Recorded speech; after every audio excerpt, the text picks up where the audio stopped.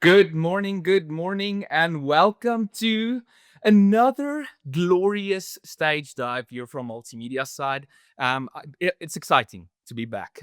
We missed last month. It was all the public holidays here in South Africa, and everyone decided no, let's rather leave everyone to chill a little bit and spend time with their families. But we're back again for another session. It's good to see all the faces. Bev Hancock, welcome, welcome. Good to see your face. So, ladies and gentlemen, I have a deep love for audience emotion and the experiences that shape it. And that's how these stage dives came to be. We wanted to give people an opportunity to spend time with us so that we can have conversations. We share a little bit and empower people to go out and create long lasting positive change within our industries. And the world is changing. We've seen it since 2020. Things are constantly updating and new things are rolling out. And we want to protect people from being left behind. And we can see it with AI. There's this massive change. People are worried. Am I going to still have a job in a few years from now? But the future isn't about tech, it's about being human. The future of events is emotional connections that we form with our audience.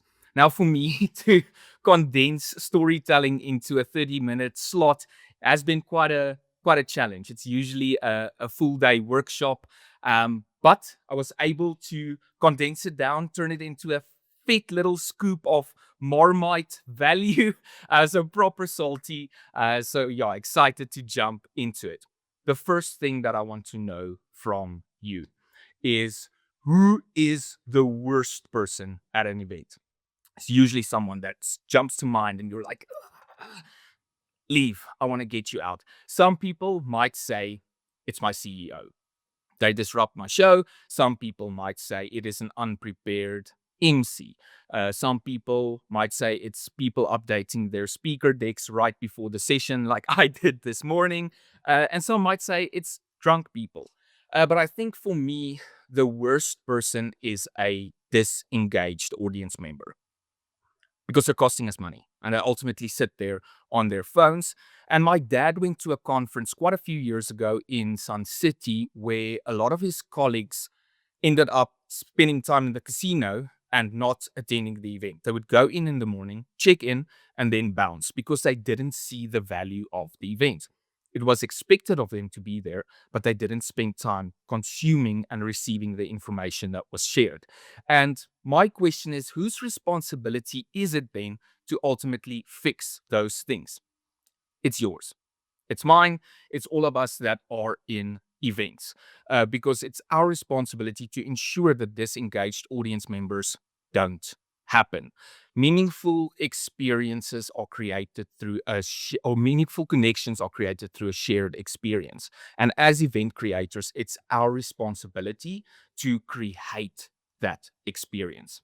So hopefully throughout this session this morning, I will be able to enable you with some storytelling for corporate events information so that you can go out and change the world, because we all have the ability to do so, but it does take some responsibility to go out and create long-term positive change.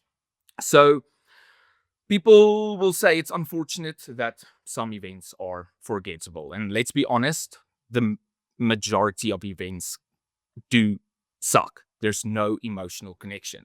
Some are flashy, some are inspiring, but the ones that we really remember make us feel something. And that is what today is all about. Some events have action, some events have drama, some events make you fall asleep, some events forget that there's this emotional connection that we need to take. We focus more on the parties and the booze, and then we move from movie to Netflix and chill, and we don't want that at our events. That's barbaric. No, we want to have meaningful connections with people. And every event is a movie in disguise. You're not just selling information, you're guiding people on an emotional journey. And if you're not, well, that's when people usually start sitting on their phones and disconnecting from your message. So, how do we actually grab attention? It's simple. Emotion beats logic every single time. And people say, oh, dude, we don't have time for these emotional things at our events. You have to start working on those things. And why is it so important to have this emotional focused side of our events? Because it creates memories. What's the most traumatic thing we saw in the movies in the 80s?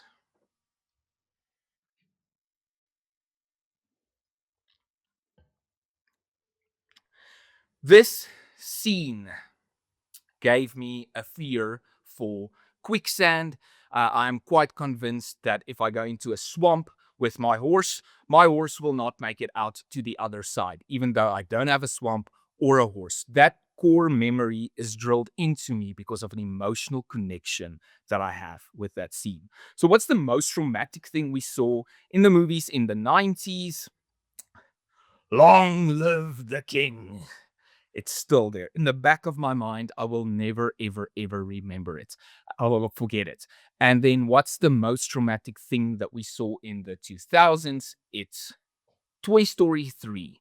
For those of us who grew up during the Toy Story 1 2 period, um, watching Andy drop off his toys because he's grown up, he doesn't need to play with them anymore, leaves an impact on you. And you're like, oh, I'm growing up. I'm not as young as I used to be. I have responsibilities. It's like I'm moving forward in life. And there are multiple movies: Iron Giant, Bridge of Terabithia, Land Before Time, The Fox and the Hound. deep, deep trauma created for children, but they create memories that stick with you forever. Within the first 5 minutes of The Lion King, we see birth, we see community, we see vulnerability. We are in this environment of hope and belonging. Sueño, like we remember it, we connect with it, and none of that is by accident. It's all by design. And your events, you have the same job. It needs to be by design. But when we think design, we think tablecloths, we think centerpieces, we think technical designs, we think speakers. But we don't design for emotion and we don't design for connection. And ultimately, we need to grab people by their heart before we ask them for their heads. Take that from this thing today. Grab people by their hearts. The most important thing to connect with your audience. So, I have some easy steps for you that you can follow to really achieve this. And step one is to choose an emotional currency. What emotion will allow you to land your message best and end in result? It's not about just landing the message, it's about getting that ultimate result, getting people to take action and go out and then ultimately change the world. So we have five different emotional drivers that we can work with. And we call them currencies. The reason we call them currencies is because it's an exchange.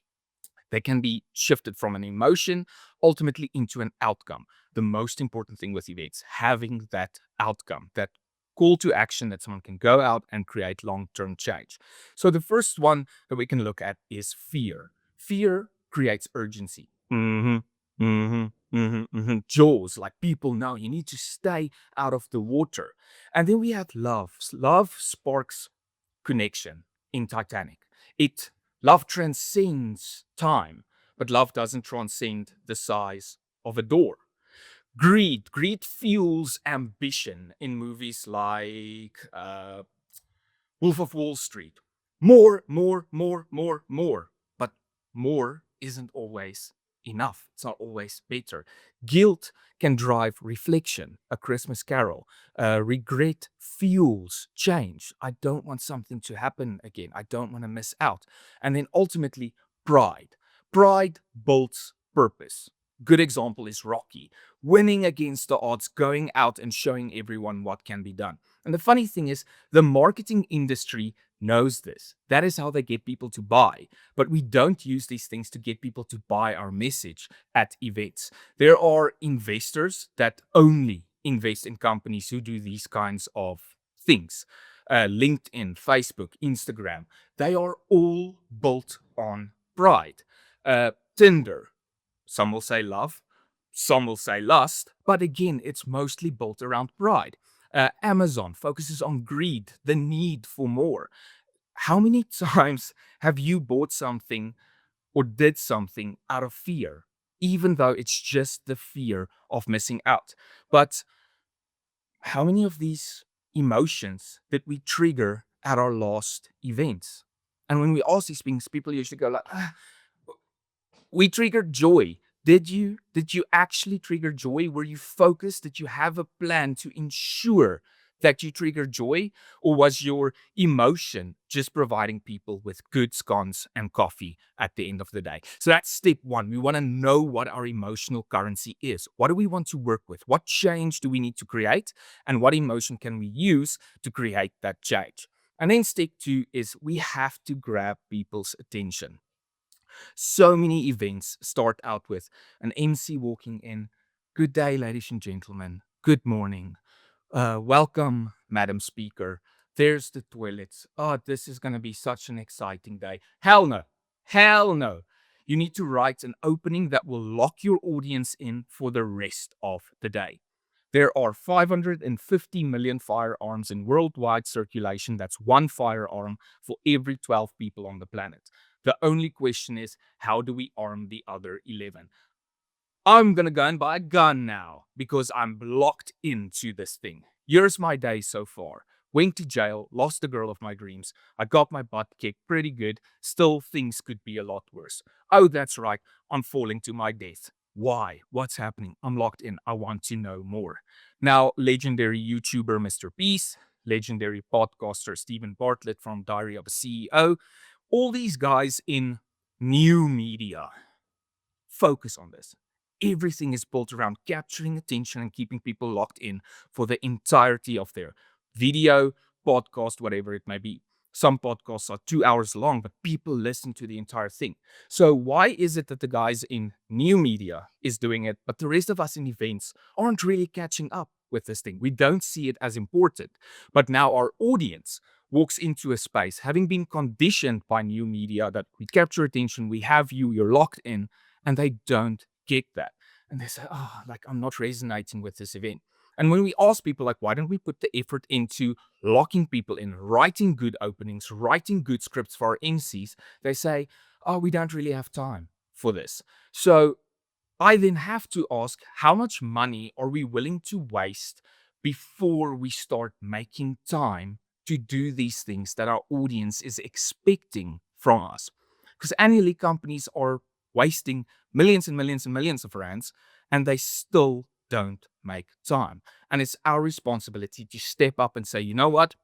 I want to focus on my audience. I want to give my audience what they want. It's not about me. It's not about my brand. It's about enabling those people in the way that they want to be communicated with and ultimately drive change. So, step one, choose the right emotional currency. Step two, make sure you capture their attention so that they're locked in.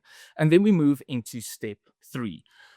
Once you have their attention, now you actually have to move these people. Bietjie water. And this leads to a fantastic book by Richard Mulholland, Here Be Dragons. If I was paid for every time I recommended this book, I would have been retired, living on a yacht in Italy. And the amount of sessions I have to have with people to tell them about this book, and it's out there, it's available. Just put in the effort to consume it, and you'll be like, wow, this is like, it changes everything with how we should approach our events. So the framework in the book is about get people to care, get people to believe, tell them what they need to know, and ultimately go and tell them what they need to do so that they can go and make change. So how do we get people to care? We need to set the stakes. What's the connection, the emotional link that they feel and what they need so that they ultimately listen to us for the next 45 minutes to 8 hours, depending on how long your show is. And some people respond with, oh, I don't need to get people to care. What I have to say is already important. But yet again, we're missing how media communicates with people. Finding Nemo starts with loss and purpose. We immediately care. Why? It's little Nemo with his broken fin. If you don't care about Nemo, you need to go and do some soul searching. And that's what we want to create with our events. Create that thing where people sit up and say, I care about Nemo. Your opening needs to be centered around the problems that we need to solve and the ones that we need to solve together, not just a go and do this. We are all in this thing together. Uh, the communicate the challenge that lies ahead of us, and this is how we will ultimately solve it. I love saying your life sucks because. Obviously, we don't want to walk onto stage and say your life sucks because. But when you start asking those questions to yourself, if I need to speak to my audience, your life sucks because, you start to think different. You start to think about their needs, their wants, their desires, and you create your experience around that to enable them to listen to you because there's this emotional connection. And if you don't create that emotional connection, create that care within the first 5 minutes of an event, it's over. They are going to disconnect and not listen to what you have to say. Then the next part of this is get people to believe. In your event, you are the guide. Your speakers are the guide. You are not the hero. Your speakers aren't the hero. The CEO is not the hero. Your audience is the hero. And it's the most important shift to make, that it's not about us anymore, but those people in the seats. They are the Neo, and myself, you, other event creators, they are the Morpheus saying there is another way. Show them the proof, show them the success stories, show them what the vision is and that the vision is achievable. Create a call to adventure. There's this great line in The Hobbit that says, Bilbo wished to go out and see the great mountains. Hear the pine trees and the waterfalls. Explore the caves and wear a sword instead of a walking stick. What if every single audience member could sit inside a venue and say, wow, I want to wear a sword instead of a walking stick. I want to go on this adventure with my brand. And that's what we need to do. We need to create that environment for them to feel like this is going to be an amazing thing and I have to participate. And then ultimately, we need to tell them what they need to know. And this is the thing that we are already good at. People walk onto stage and say X, Y, and Z. Okay, cool, sweet. Next one up, cool, sweet. We don't need to change that. It just needs to slot into a certain section of how we think and how we structure our events. But an important thing is we need to start stripping away the fluff, and we need to provide people with things that truly matter. Luke Skywalker didn't get a manual to use the Force. No, he gets a mentor, someone who provides context and a simple truth for him to follow. And he understands what's essential and what helps him move forward. And that's our role within our industry. And then we need to tell people what they need to do. Give them a mission, give them a plan. If anyone tells you what's the call to action, there's no such thing as a call to action. There's only a plan. It takes out all this thinking. People leave and they know what they need to do. Avengers Endgame wasn't about hoping for the best. They had a clear, easy plan. Get the stones and reverse the snap. It's clear and powerful. And you need to end your events with purpose and direction. Here's your role, audience member, and here's how we win together. And then we have our engagement. I love engagement. It's one of the best things on this planet. People are always like, oh, we need engagement. You know what? Let's get Mentimeter. Let's get Slido. None of those things matter. Engagement isn't tricks and gimmicks. It's an emotional choreography that you need to flow through and get people to connect with you, engage with you. Engagement is not how many people click on the app. Engagement is how many people lock into your message and their lives are changed. You need to ask themselves during this event, what will make them laugh? Need to ask themselves what would make them nod their heads in silent agreement. Having those moments where people are like, yeah, that's a fact, I'm buying into it, is so much more important than have the amount of questions you get on Q&A, the amount of interaction you get in a poll. Focus on the things that's important for those people. Ask yourself, what will make them feel seen?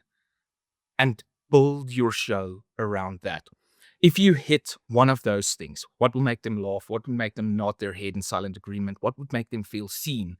You are miles ahead of everyone else because everyone else's approach is we need an app because we need engagement. We need Slido because we need engagement. And they're missing the purpose of engagement and getting people to really lock in to what we have to say. And then lastly, the beat sheet. You have to create your show around the beat sheet. It's something that keeps you accountable to what you need to achieve so that you know you're communicating to the right things at the right time to take people on this journey. Whenever I designed the show, I did not move away from a beat sheet. I knew exactly what emotions I wanted to trigger when. And it can be easy. In the previous stage stuff, so we talked about the three-tier structure where you have a setup, a challenge, and an ultimate resolution, where you can shatter people's minds around how they thought about a problem and go out and make change. Or you can do something a little bit more intense. It's a great thing called the Hero's Journey. I highly recommend that everyone watch a video about it or read up about it because it allows you to think different around your structure of your event so that you can communicate with people in a storytelling way. The Hero's Journey is such a successful thing that Hollywood scripts, if they don't hit a certain point on a certain page, that script is thrown into the dustbin because the uh, producers know the pacing is going to be out. People aren't going to resonate with this thing. So they know exactly how to create this emotional connection. So we can learn from them. So what we did about 4 years ago is we created the multimedia beat sheet that is specifically based on how this Hollywood pacing works. I'm going to take you through it. It's not something that you instantly understand, but it guides your thinking in how you can create your events a little bit better. So it's split into three beats: beat one, beat two, and beat three. Beat one is all about the setup. How are we coloring in this world around us for our audience members so that they understand what is happening? First thing is we need to have an opening that captures their attention and it gets them to care.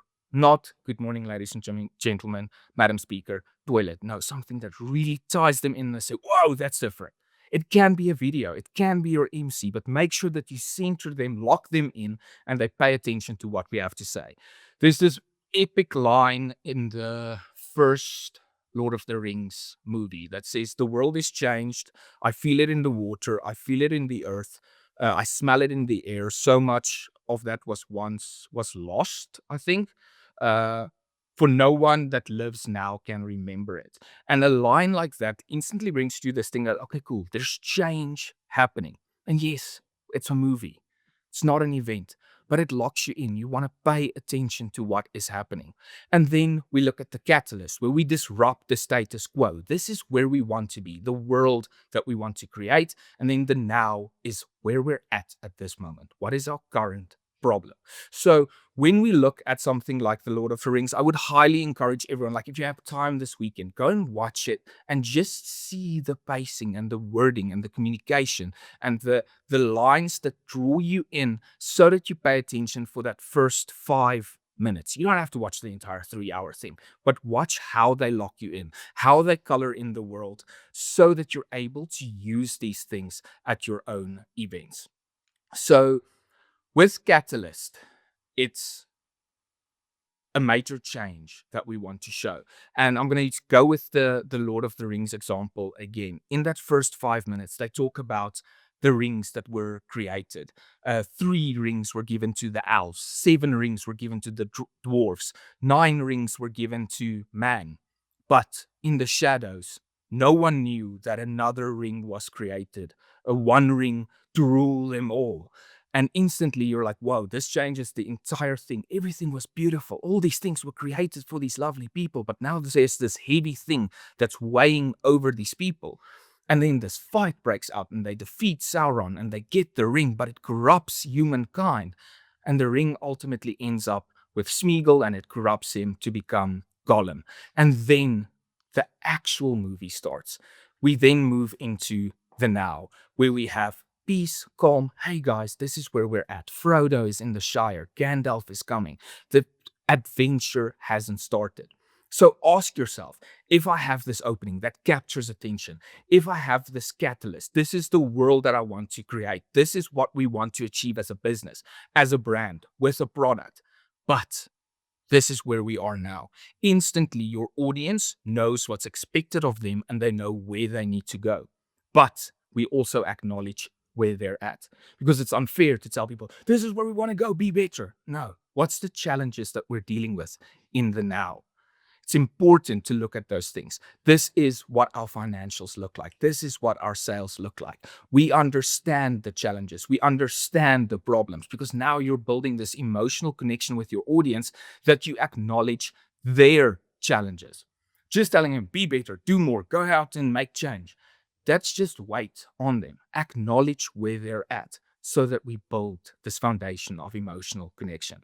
Once we've communicated the now and everyone understands the future and where we're at, we then start with the things that actually makes a difference. We move into the future. We move into this call to adventure. With things like fun and games, I see it as a approach to provide someone with the weapon that they need to go on this adventure. So it's not just back to back info, get out. No, we know the now. We know where we need to go, but I need something to get me there. How are you giving me my lightsaber? How are you giving me my sword to go out and create this long-term change? That can be done by a keynote speaker. It can be done by someone within your team. But give someone the tools that they know. Okay, cool, sweet. I'm equipped to go out and make long-lasting change. Then we have something called the B story. And in movies, when people go on an adventure, the heroes move together as a group. That is the main plot line. In between all the other things that's happening are B stories. It is either one of the heroes is going to betray everyone and is dealing with this internal fight, or it's relationships that are being built, love, care, whatever it may be. So ask yourself, what does a B story look like inside my event so that I can give extra context to my audience that still creates an emotional connection that matters. So a good example for this will be if you have a motivational speaker that talks about something completely out of line with what your event is about.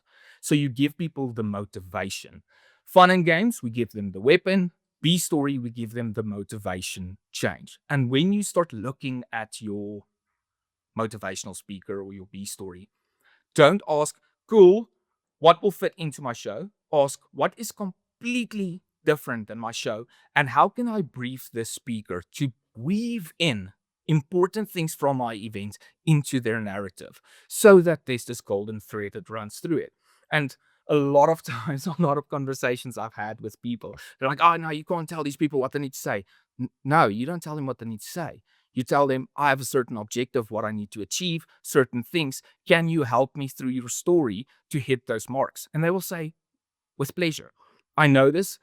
Pierre Duplessis does it extremely well. John Sane does it very well. There's a bunch of people that you just need to have the conversations with them. Don't tell them, okay, cool, I'm booking you for your slot on AI because I need something for AI. Say, hey, this is what I want to achieve. These are my objectives. This is my audience. This is the outcomes that I ultimately want, and ask them to weave those things into their talk to take people on this bigger journey. And then bad guys close in. This is where we tell people what they need to know, the things we're already doing well. So now suddenly, by the time we get to our very first presentation in our usual show, we've already given people additional new value. We've taken them on an adventure. We've given them a sword. We've given them the motivation. Now we tell them, X needs to happen. We need to increase sales. This is what that's going to look like. The things that we do well already, not just your entire event built around what they need to know. Then the perfect image for this that I could find is in Lord of the Rings, where they all sit and discuss what this adventure is going to look like. When you have an event, ask yourself, with the different steps that we need to take, the call to adventure, getting people excited, giving them the weapon, giving them the tool. What conversations do we need to create inside that space so that collectively everyone thinks the same? Everyone decides Frodo is going to carry the ring to Mordor. It's not a fight. It's not you do this. I'm going to take that from you. You do this. Now I want to do it. No. What's the overall decision so that as a group, we can move together, share the same emotional connection, and go out and make that long term positive change. And then after all of this, we then move into beat three, which is our reward. And the response usually is cool, I want a comedian or some entertainment show to close my show. Yes, that's great. But that's not part of our journey. That is just entertainment at the end of the day. There's nothing wrong with using entertainment to land the certain beats and land the specific messages. No issue with that. But you can't use entertainment as a, okay, cool, sweet, we're done now. No, you need to seal that ultimate thing in so that people know, cool, we're rewarded, we're ready to go out and make change. So the final scene is where we tell people exactly what they need to do. Some people will respond with, oh, that's boring. I don't want to do that. People aren't idiots. People are tired. They deal with a bunch of things in their lives. They deal with a bunch of things at work. If you give them a plan, they can go out and make change. You give them the weapon, you give them the motivation, but if you don't give them a plan, they can't do anything. So reward them with a plan so that they can go out and change the world. Because a very funny thing happens in stories is when the entire adventure comes to an end, there's usually something that reveals that the journey just started. Lord of the Rings, after hours and hours and hours of footage and these guys traveling across their lands and destroying the ring, Frodo is ready for his next adventure. And we need to create that world for our audience that says, you are now ready to go and create change. Because people remember two things about events. They remember their favorite part, the part that they connected with the most, that emotional part, and how they felt at the end. It's more important to leave them with a plan than anything else because they feel safe, ready, and secure to go and do what they need to do. Now, the big truth is, as mentioned, you are not the hero in this story. The audience is. You are the Yoda, you are the Gandalf, you are there, I am there, our speakers are there to guide, encourage, and empower those people in the seats. Because events aren't about information, they're ultimately about transformation. So, as we wrap up this little slot, I'm going to leave you with some final takeaways. Start with emotion, not content. If you have an event that's coming up, ask yourself what emotions need to be triggered at the event. Do research, understand how pride can be used to create change. People say, we don't have time for pride at our events. We don't have time for guilt at our events. People like Tony Robbins have been moving millions of people over the decades by focusing on greed, pride, and guilt. They're creating change.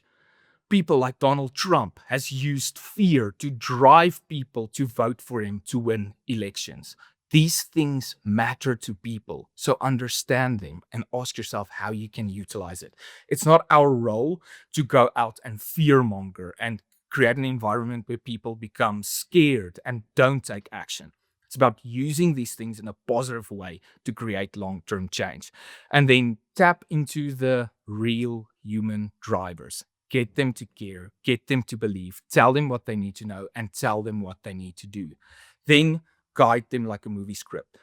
Go and read up about the hero's journey. Understand the three-act structure so that you can create these emotional connections.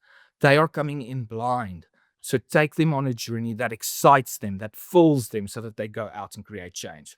And ultimately, your audience is the hero. You are the Oscar winning producers and directors that make all of that happen. Ladies and gentlemen, thank you very much for listening to my quick story. Can I just ask that you scan the QR code and just review this slot? It's very quick, it takes 3 seconds to complete the thing. We usually get emails afterwards with people sharing some feedback and responses. We just want to make it a little bit easier on everyone.